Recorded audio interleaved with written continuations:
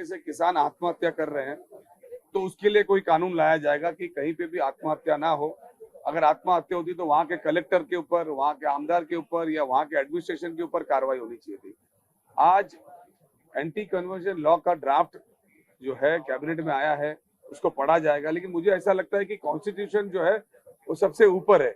Constitution ने सबको कौन सी भाषा बोलना है, किसको कौन सी जात में जाना है या किसी कौन सी जात का अपनाना है, ये उसको हक दिया हुआ है। लेकिन ये ड्राफ्ट के अंदर जो है इस तरीके से बातें लाके कहीं ना कहीं महाराष्ट्र सरकार जो है अपनी विफलता को छुपाना चाहती है। इनके पास काम करने के लिए कुछ है नहीं, इनके पास पैसे है नहीं। जो कॉन्ट्रैक्टर ने काम किए हुए उनका लाख करोड़ रुपए से जितना अभी जो है ना पैसे देने का बाकी है। अब किसानों के बाद उनकी आत्महत्या होने वाली है। तो ये सारी चर्चा जो है प्रेस के माध्यम से उनके नेता, उनके मंत्री सारी चीजें इस तरीके की हरकत करेंगे और मेन मुद्दों की तरफ से जो है ध्यान हटाया जाएगा। ऐसा है कि कानून को पहले पढ़ा जाएगा। अगर वो कॉन्स्टिट्यूशन को ध्यान में रख के किया गया तो उस पर चर्चा होगी। अगर कॉन्स्टिट्यूशन के खिलाफ होगा तो जरूर उसका विरोध किया जाएगा। The Bombay High Court has denied permission for performing namaz in the airport area where there was a shed where people used to go and perform namaz. Now that is destroyed. What do you make of this?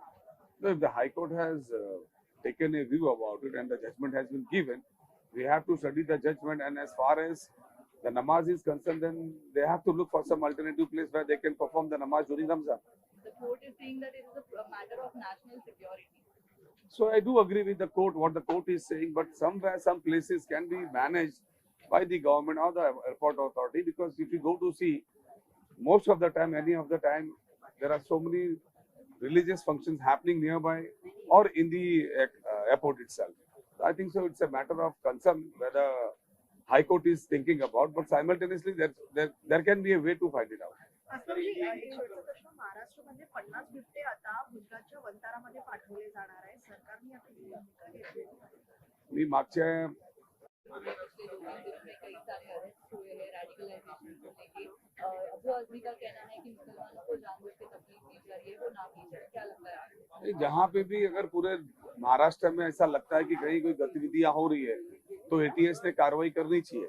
लेकिन अगर कार्रवाई करने के बाद में अगर उनको वहां कुछ मिलता नहीं है तो जिस सोर्स के माध्यम से उन्होंने ये स्टेप लिया है तो उसके ऊपर भी कार्रवाई होनी चाहिए, क्योंकि अननेसेसरी किसी को एक ही एरिया को बार बार टारगेट करना ये भी ठीक बात नहीं है।